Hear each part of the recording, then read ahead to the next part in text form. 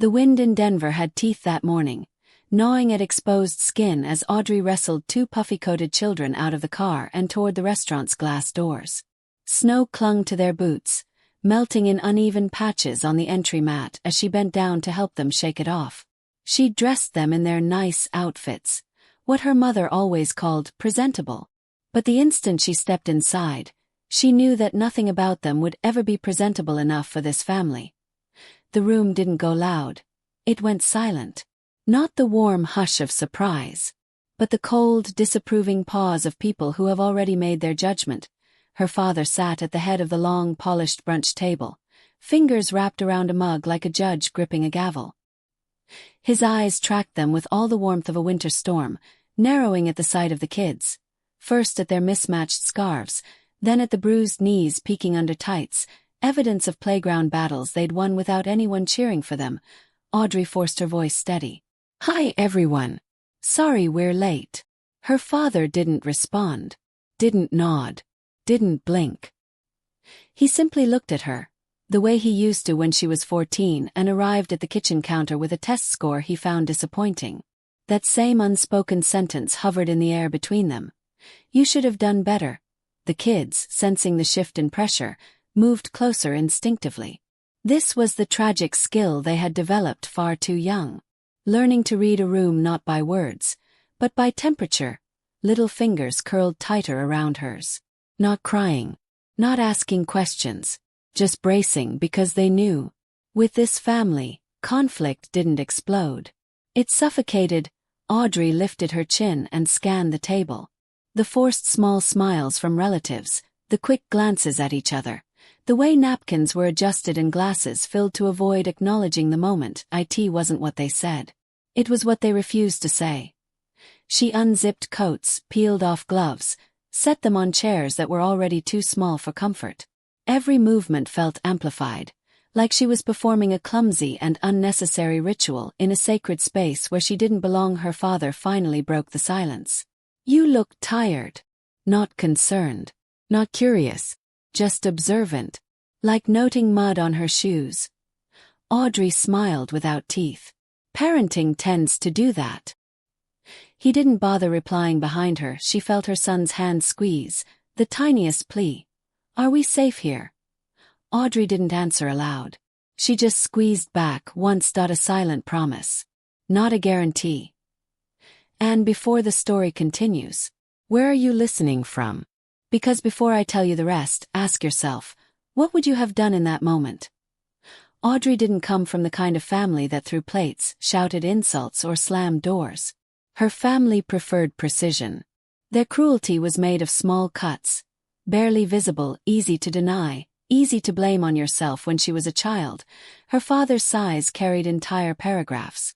She'd enter a room excited, holding a drawing or a question or simply a hunger for attention, and he'd close his newspaper with a kind of weary exhale that said, "Whatever you need."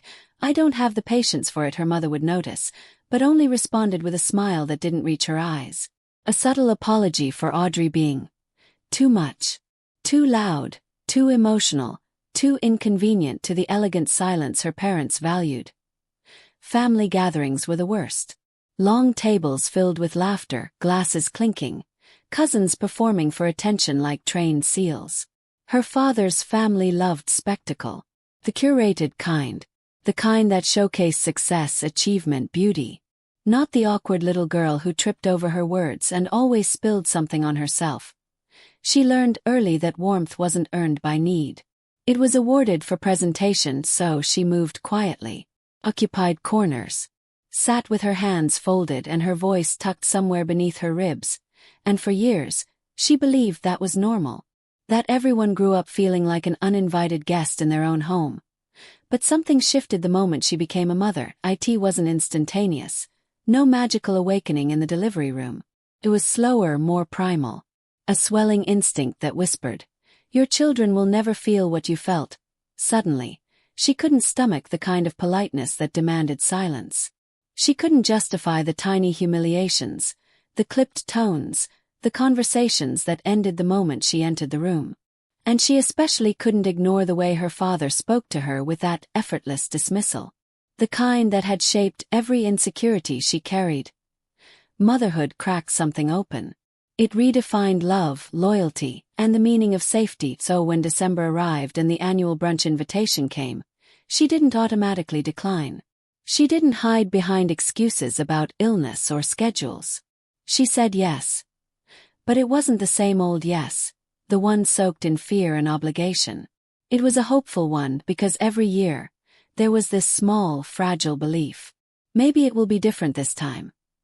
She woke early that morning to make cinnamon rolls from scratch, letting the dough rise while the kids slept. She braided her daughter's hair, packed gloves and extra socks, wiped sticky fingers, and rehearsed polite greetings in the car. If Papa says something weird, just smile. We don't want drama. They practiced lifting their chins, saying please and thank you, being good company.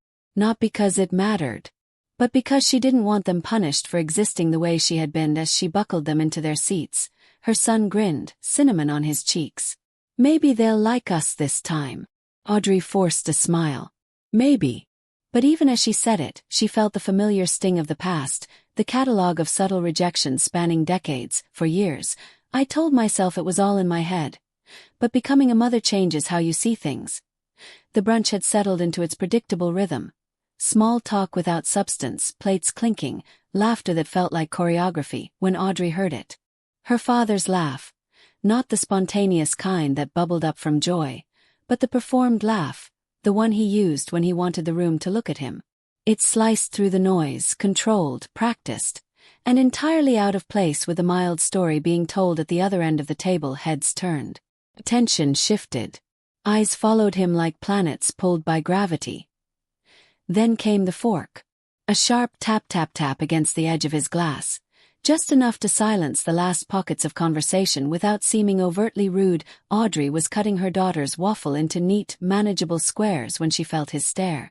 It wasn't curious or warm. It was evaluative, surgeon-like, as though he was identifying a flaw beneath the surface and considering how best to expose it. She didn't look up at first. She pretended she didn't feel skin burning beneath his gaze, or the way her fingers trembled slightly around the knife. But he wanted an audience. He always wanted an audience, and when he finally spoke, he projected his voice just enough so the nearby tables, families hunched over pancakes, couples nursing mimosas, could hear every word. "So, Audrey," he announced, lips curled in a smile that never touched his eyes, "why did you even come?" The sound in the room didn't stop. It died. Aunt Caroline's hand froze inches above a basket of rolls. Cousin Mark's fork hovered midair, a piece of omelette slipping off and splattering unnoticed onto his plate. Audrey's throat tightened so fast it felt like swallowing glass.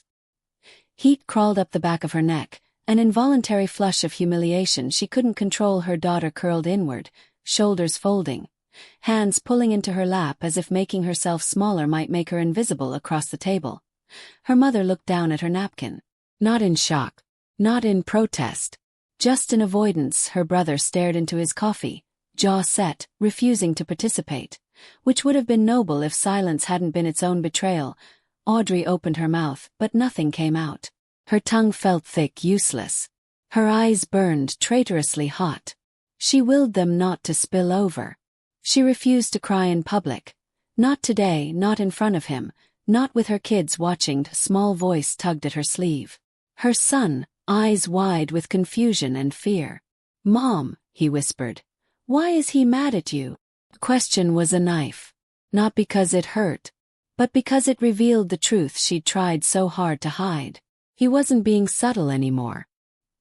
He was tearing her down where they could watch. The boy glanced toward the door, then back at her face. "Do you want to leave?"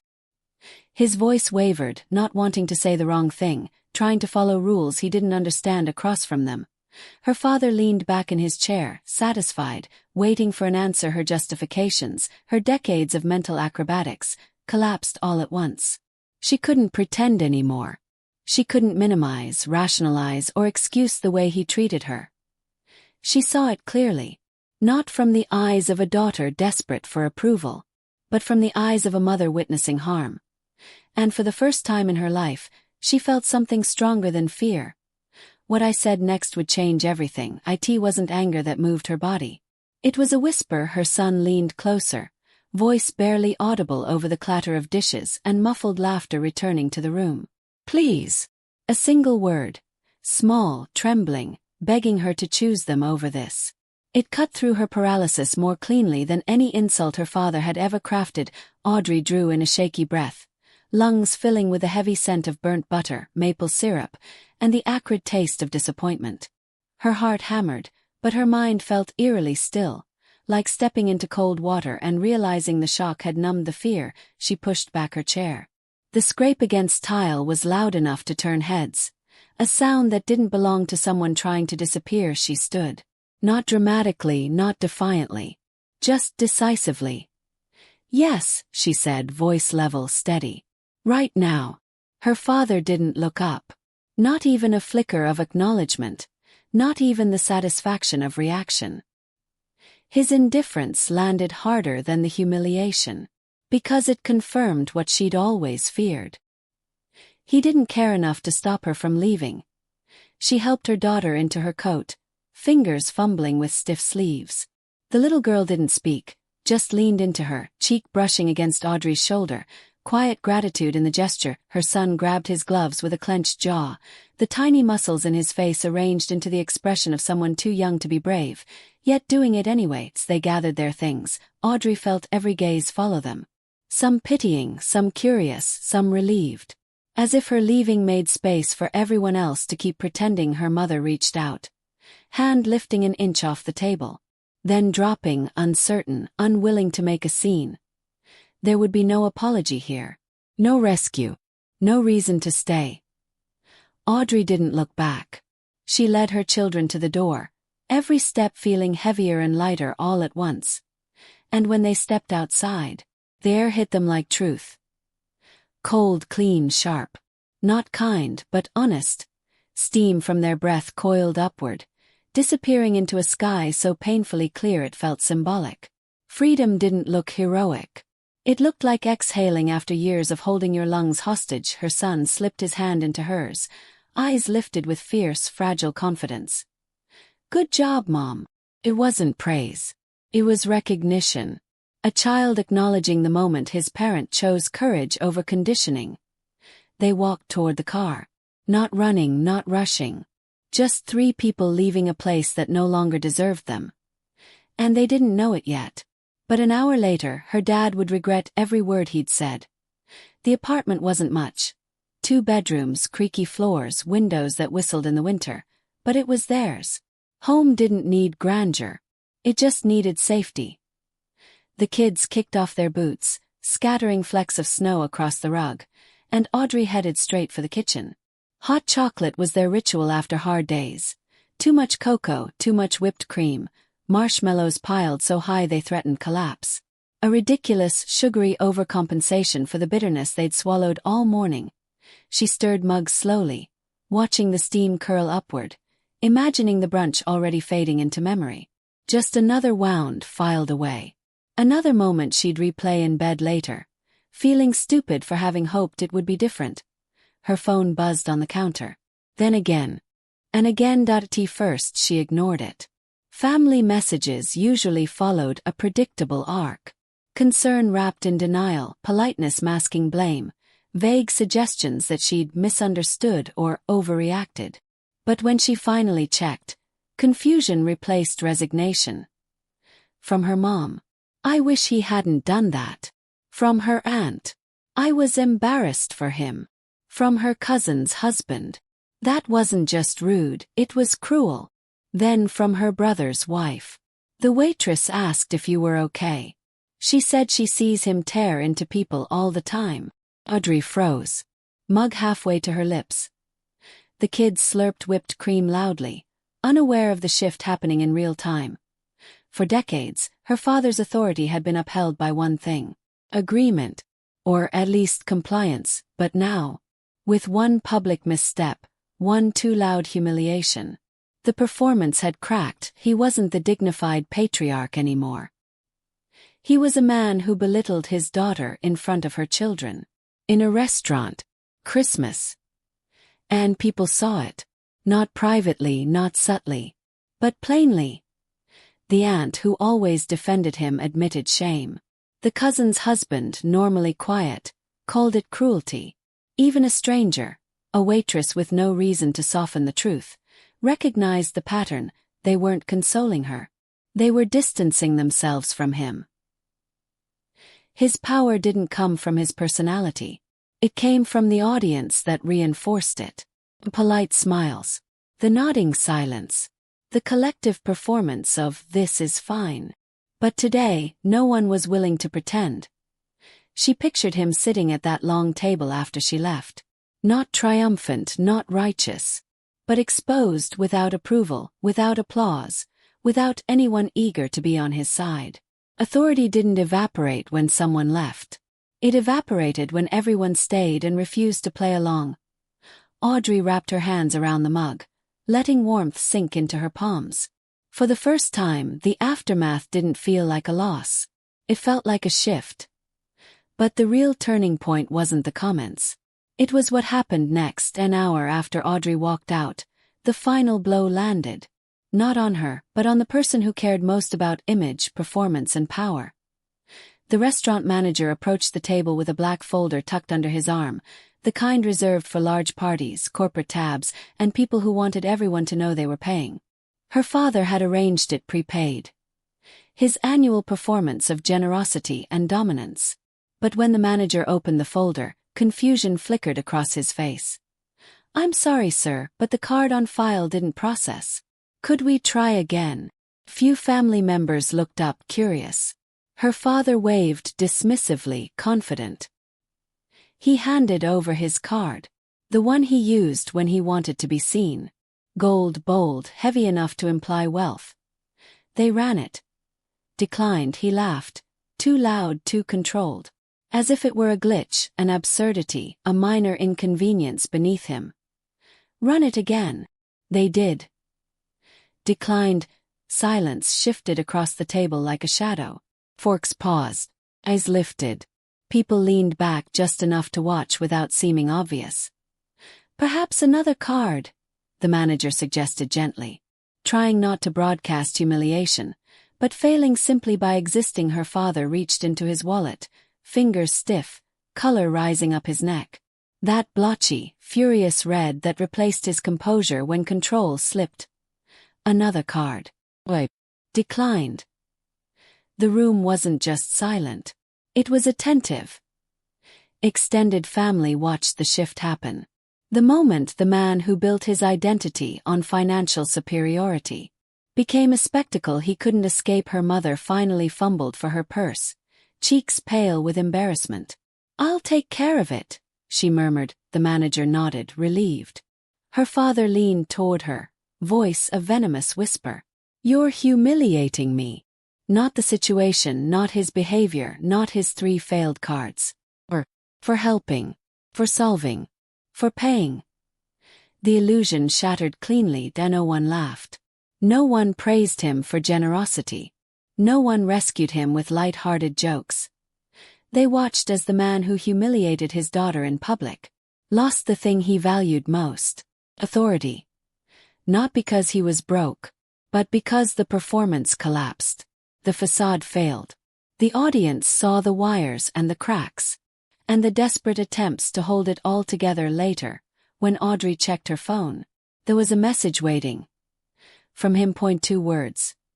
"Come back." Not "I'm sorry." Not "I shouldn't have said that." Not "I was wrong," just a command. Summons.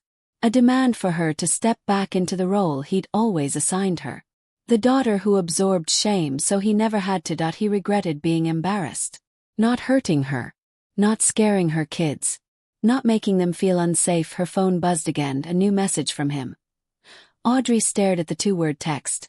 "Come back," and felt a familiar pull, the reflexive urge to smooth things over, apologize, minimize. But something in her had shifted. She wasn't going to let him define the narrative with clipped commands and selective memory, so instead of texting back, she pressed call. He answered before the first ring finished, voice sharp and already impatient. "This is ridiculous." Not hello. Not concern. Just dismissal. As if her leaving in defense of her own children was childish nonsense he wasn't obligated to understand. She didn't rush, didn't trip over explanations, didn't soften her voice. No, that was it. One syllable. Clean, final, unadorned. For a breath he didn't speak. The stunned silence of someone who had never been told no without apology attached. What do you mean no? He demanded, a scoff wrapped around disbelief. No, I'm not coming back. No, I'm not pretending nothing happened.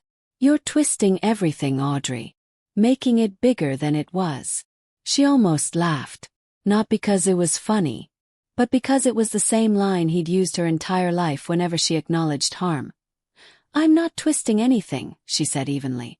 You humiliated me in front of my children. Loudly. On purpose. He exhaled sharply. The irritated kind, the kind that used to make her shrink in seconds. You're being dramatic. You ruined the entire brunch with your sensitivity. She didn't flinch. Not this time. No, she corrected. You ruined it when you prioritized humiliating me over being a grandfather. And now you're upset because people finally saw it. He didn't deny it. He pivoted. You're breaking this family apart. There it was. The accusation designed to make her feel like the villain. The burden of generations stacked onto her shoulders. Audrey's voice didn't break, didn't apologize, didn't shrink to make space for his ego. If holding you accountable ruins the family, then the family was broken long before I stood up. Another beat of silence. Longer, heavier. A rare crack in his armor. You're unbelievable, he muttered. Ungrateful. You think you're some kind of hero. No, she said. I think I'm a mother. And I'm not raising my kids to think being treated badly is normal. His breathing shifted, erratic, searching for control. The same man who commanded rooms, who silenced conversations with a glance. Suddenly scrambling for footing. Just come back, he said, softer but still not sorry. We'll talk here. No, Audrey repeated. I don't want a conversation that lives on your terms. I don't owe you that anymore. Before he could gather a retort, she ended the call. Not angrily, not dramatically, just decisively. For the first time in her life, she hung up on her father. On her terms, she turned to find her son in the doorway, eyes wide, concern written all over him. Was that Grandpa? She knelt so they were eye level. Yes. Are we okay? She smiled, tired but rooted in truth. We're okay. He nodded, processing. Good. Because he made you sad. Kids don't need long explanations. They just need the truth. And if you want more stories like this, real stories about standing up, speaking out, and reclaiming your place, support us on Dark Wire by subscribing. The city lights flickered across the apartment windows, scattering gold and neon onto the floor. She hadn't meant to stare at them for so long, but something inside her was shifting. Quietly, almost unnoticeably, like a door unlatching after years of being nailed shut, tonight hadn't fixed everything. It hadn't erased the years, the words, the conditioning. But it had done something she never expected. It made space inside her chest. Space where shame used to live. Space that wasn't filled with fear or obligation. It was small, but it was real. The beginning of peace, rough-edged and fragile. She stood in the doorway of the kids' room, watching them settle into blankets, seeing their tiny silhouettes relax after a day that didn't belong to them but was shaped by adults who never learned how to love without control. She crouched beside them, smoothing hair away from little foreheads, and said something she wished someone had told her when she was their age. Love shouldn't make you feel small. They didn't completely understand. How could they? But they understood enough to nod, enough to believe her, enough to feel safe. That was enough for now. When she switched off the lights, she didn't collapse the way she used to. She didn't brace for a message demanding she come back, fix what she broke, apologize for defending herself. She sat by the window and felt the night air move through the room. There was still hurt in her body, but there was something else too. An absence, a quieting, a loosening. All this time, she thought holding on made her strong. Now she realized letting go required more courage than she ever admitted. She wrapped her arms around her knees and breathed, really breathed, for the first time in months. This wasn't the end of the story. It was the moment her life became hers again. And for the first time, she recognized that this wasn't weakness. This was strength. If you've ever had to reclaim your peace from people who made you feel small, subscribe for more empowering stories. Because healing isn't loud, but it's powerful. Denver's winter quiet settled over the city like a soft blanket. White rooftops, muted streets, the slow hush that came after a night of snowfall. She woke up before the kids, not because she was anxious, but because her body finally wasn't bracing itself for impact. There was no tightness in her chest, no rehearsed explanations waiting on her tongue. Just morning light, cold air, and the ordinary peace of a day that belonged to her. By the time the kids shuffled into the kitchen, half asleep and hair wild, she was already flipping pancakes. They immediately began arguing, playfully, dramatically, over who got the biggest one. Should have been stressful. It should have grated on her nerves. But instead, their laughter filled the space that used to feel so empty, so tense, so monitored. She smiled without effort. She didn't even realize how rare that had become. Her phone buzzed intermittently throughout the day, vibrating against the counter. First, her mom. "How are you holding up?" Then her aunt. A long apology that tried to rewrite the night, soften the truth. Then her cousin, who said nothing except a single red heart, and somehow that felt like the most honest response anyone had offered. But amidst the notifications and half-hearted consolations, one person didn't text, her father, first. She noticed the absence the way you notice an ache when it suddenly disappears. She waited for anger or shame, or that old familiar fear of punishment to return.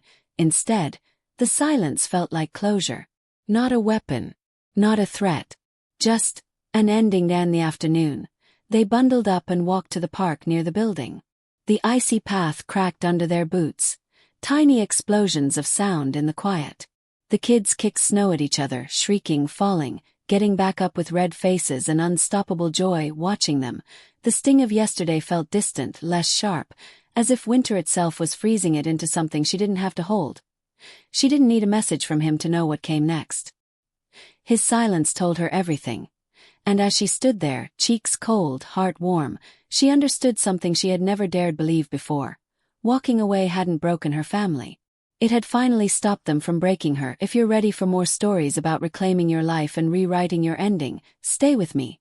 There's so much more to come. Audrey walked home that evening, hand in hand with her children. She felt something she hadn't in years. Lightness. Not the false buoyancy of pretending everything was fine, but a genuine freedom that came from standing tall, finally claiming space that had always been hers. To own it wasn't just about protecting them from humiliation, though that alone had been enough to make her choices feel urgent. It was about choosing a life where their mother didn't shrink, where she didn't absorb blame to keep others comfortable, where she could exist without silencing herself for fear of displeasing someone else. The snow crunched under their boots as they made their way down the quiet streets of Denver. Each step felt like a reclamation, small but cumulative, of years lost to caution and suppression. The air was crisp and sharp, almost celebratory in its honesty, and her children bounced alongside her, unaware of the symbolic weight of each footfall, yet carrying it forward in laughter and mischief. That night, after the kids had drifted into sleep, Audrey sat by the window, letting the quiet settle around her like a soft blanket. The city's lights shimmered in the distance, reflections of a life she had taken back. She understood more deeply than ever that walking away hadn't broken her family. It had stopped them from breaking her. Sometimes, she realized, love doesn't mean enduring endless pain for the sake of appearances. Sometimes love means drawing a line. Drawing a boundary that shocks those on the other side. It means saying no without guilt, protecting what matters most, and teaching others by example that respect isn't optional. Her children would grow up seeing this. That choosing yourself isn't selfish. That refusing to shrink, to tolerate cruelty or dismissal, is an act of courage and love. That boundaries aren't walls, they're shields, holding safe what deserves protection. Audrey felt the long-term power of this single moment ripple through her chest. It was the foundation of a life where honesty, respect, and dignity mattered. The freedom that came from refusing to shrink wasn't just her own. It was a gift to the children who had watched, learned, and absorbed the truth that they deserved respect too. And as the quiet deepened, she smiled, feeling peace for the first time in a long while. She had chosen herself, protected those she loved most, and in doing so, had rewritten the rules of her life. If this story feels familiar, if you've ever had to choose your own peace, share your experience below. Connect with others who understand the courage it takes to stand up, speak out, and protect what matters. Don't forget to subscribe so you never miss the next story. Remember, choosing yourself isn't selfish. You are not alone in these difficult choices. Your peace is worth it.